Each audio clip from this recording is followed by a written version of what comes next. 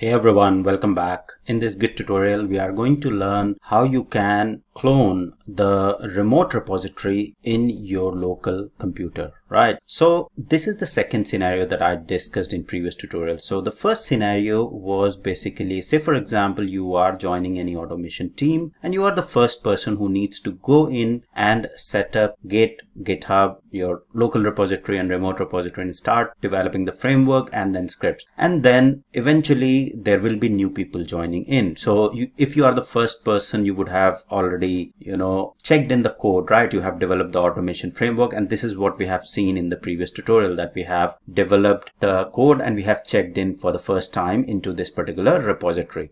Now as the team builds in and new people join in, they won't be able to, or they won't need to, or they didn't need to basically do this setup every time. So the repository is being set up, right? And the framework is there. Now they need to build the features, or they need to add the new features. So test engineers come in and those people need to get the framework on their machine. They need to develop the development environment, fetch all of this code, right? And then start developing the new scripts based on the new requirement or the new feature that comes in, right? This is the second scenario. So if you are a person, if you are a test engineer, which is most of the time that many of you won't be required to set up the GitHub or first time the remote repository and doing all of those things. So you will be joining and be a part of the team. If you're joining as a SDET, then you will be part of the team and you will be cloning this particular code, and you will be assigned some work to basically write the scripts. Okay, and then you will do the coding, you will write the scripts, you will build on top of this particular code, and then you will check in into the same repository. So there is a lot that goes behind the scene, or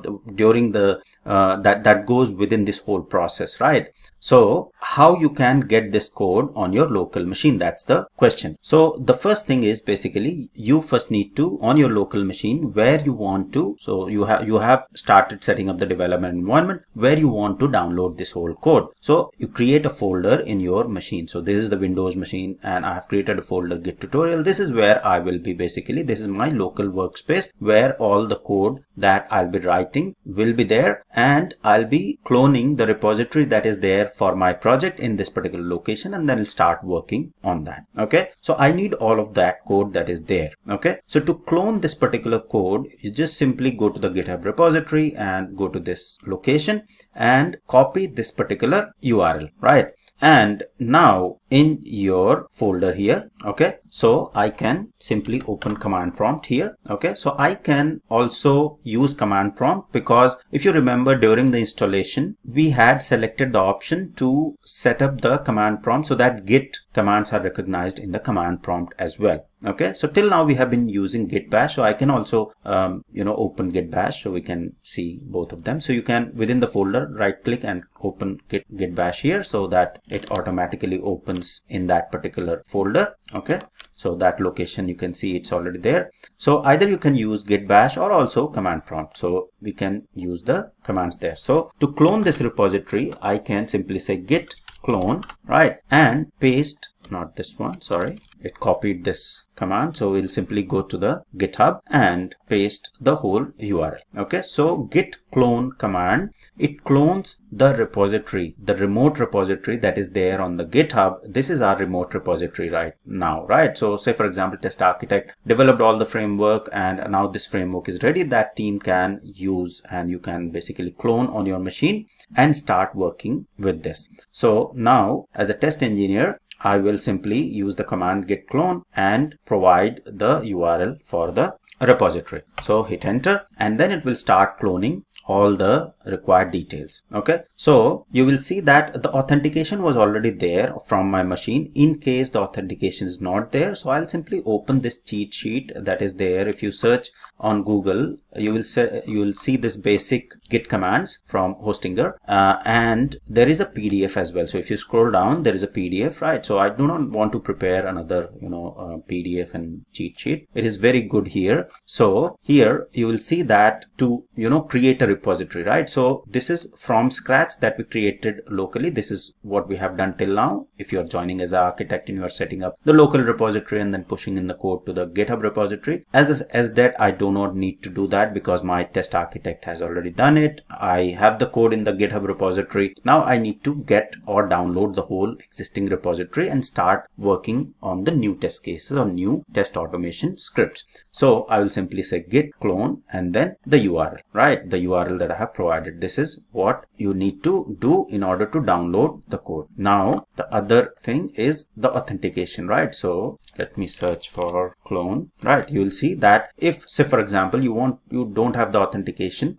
from your machine, so just provide the username and the host and then the path to the repository, followed after the colon, path to the repository. But the command is still same, git space clone and space the details. Okay, so this is what is required to get all of the code on your local machine. Now this code is available here. You will see all of the files are available here. Okay, now as a test engineer, what I'll do is I'll open PyCharm. Okay, so this is the Python Selenium with Python code. So Python is the development IDE that I'm using. So you can use any IDE, whichever is convenient for you, and I will open this particular code, right? So where exactly is this code? So it is in the C drive and Git tutorial where we have downloaded, and this is the framework code. So let's open that and I will open it in the new window. Okay, so you will see that all of the code is now available for me as a test engineer, and now I can start working with this particular code. So now, say for example, I need to develop the test case, new test case. So I can simply right click and start working with the code. So I want to create a new test run now. Okay, so I'll say test book flights. Okay, and enter. Okay, so now you will see that another Python file I have created, and as soon as I'll create this particular book flights, you will see that because this is the repository, this is the Git repository, because we have cloned it from the GitHub repository. So it will ask within the PyCharm itself, it will ask me to whether I want to add this to the Git, right? So I'll cancel it as of now because I'll do it from the command line. Okay, and now I'll simply say, for example, put some lines here. Okay, that's it, just a comment there. Okay, and close it. So now, say for example, this is one of the new test case that has been written by the test engineer. So now once you have written this particular code, now you need to again, push it to the GitHub, right, to the repository. Once you are done with the work, then you need to basically push it to the repository. So what as a test engineer you will be doing is you will be basically pushing this back to the GitHub repository. Okay, so now in this particular folder, if I'll say git status, you will see I need to go back, go to the folder which is Selenium. Okay, and then this is the Git repository, right? So we'll say git status, and you will see that we are on the main branch, and book flights is something which is untracked, right? Because we haven't added it, right? So we'll simply now, if I have to go ahead and push this code into the GitHub repository, I'll simply, what I'll do is I'll say git add, and I can just say dot, or I can say star to add it, right? So I'll simply say, you can refer to this cheat sheet, and this is very, very helpful, right? So you'll say git add or file name. So you'll see git add and then the dot, right? So we'll simply choose that. So we'll simply say git add dot and then again git status. And now you will see that there is a change. This test book flights, which have been written by me as an SDET, that needs to be committed, right? So to commit the file to the remote repository, what I need to do is git commit, right? And then M. So this is not the remote repository. This is, I'm committing on my local repository, right? So we are still on the local machine. Okay. So if you see this particular diagram here, so this is my working directory. So what is the working directory? The working directory is this directory. This Selenium Python automation framework code directory is my working directory, right? Now staging is internally Git does the indexing. So it's not a separate sort of, folder or something. It is internal management within Git that you need to remember. So it is just sort of when we move or when we say git add and the file name, then those files are basically indexed or then they start being tracked, right? And then the third step is now we are committing it into the local repository, which is this particular. So this Git folder that you see is all that local repository, or managing all of that repository, right? So when we say git commit, it is basically, it will commit in the local repository, and then we have to push to the remote repository, which is GitHub. So as an SDET, I have done all my work and I have added, new feature and new test cases. Now it's in the staging. Let me commit it in the local repository, and then I will push it to the remote repository. Okay. So to commit it, we'll simply say git commit and then -m and the message, right? So -m stands for the message and the commit message, right? So this is the git commit command, right? So we'll simply say git commit -f and I'll say sdet1 commit, right? And you will see that this is now committed in the local repository. It is still not on the GitHub, right? So if we go to this location here in the test cases, I still won't be having this particular file because it is still not there. Okay. So what I need to do as an SDET to push this code, now same thing. So we'll say push. Okay. So git push, and to push this code, if we see the cheat sheet here, you will see that push local changes to the origin, right? So we are here in the local repository. Now we want to push it to the origin, to the remote repository. Okay. Now if we go ahead and see the remote repository, right? So here in the remote repository, you'll see this, the branch name is main. Okay. Now let's see what is the branch name here. Okay. So if I'll say git status, okay, we are on the branch name main, right? Because we cloned this same repository from our GitHub. Okay. So we simply need to say git push, and to push that, you will see the command is git push, right? So we'll say git push origin, and what is the branch where we want to push? We want to push it in the main branch, right? So this is the branch, basically main branch where we want to push. Okay. So just enter, and you will see that permission is denied. Okay. So what we need to do is, as I mentioned in the previous tutorial, we have to basically specify the permission. Okay.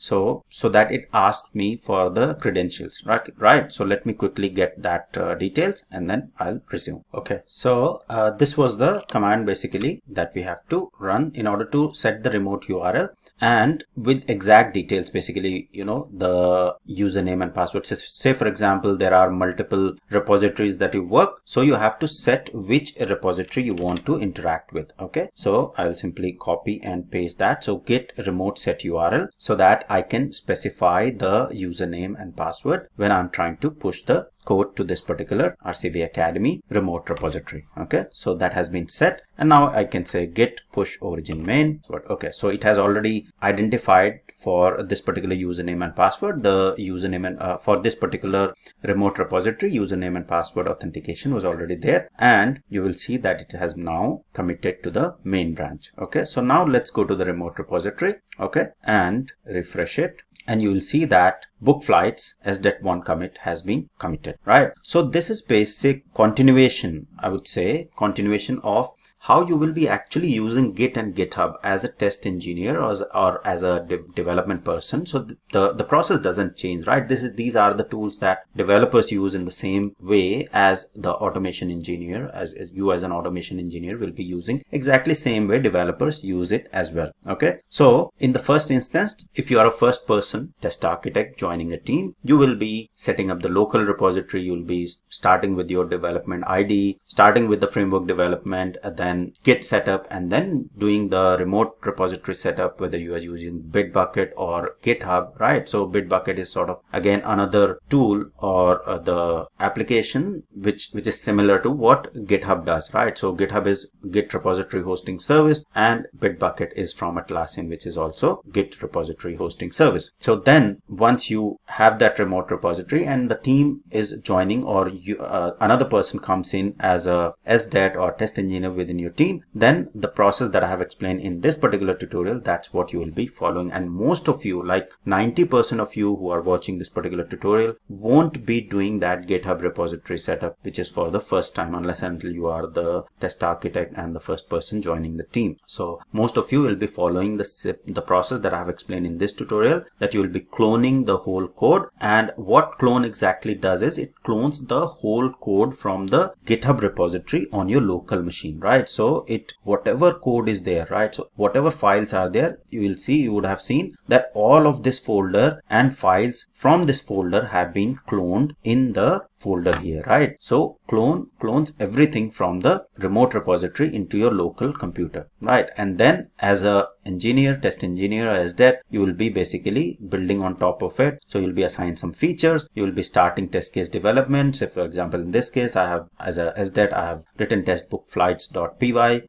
test case, and then I'll have basically checked into the remote repository, right? Now there are certain processes in between, like you won't be directly checking into the master branch, right? So there is a branching strategy that will come in, which I'll cover in the upcoming tutorial. So along with the branching, there will be like pull requests that will be raising. So a lot of things that are being followed in the organizations, and it depends how the processes are defined within the organization. But this is the core process usually remains same, and around the process things may change, that who is doing what responsibility within this particular things that we have understood here. Okay, so that's all about this particular tutorial. I hope it was helpful. Thank you very much for watching.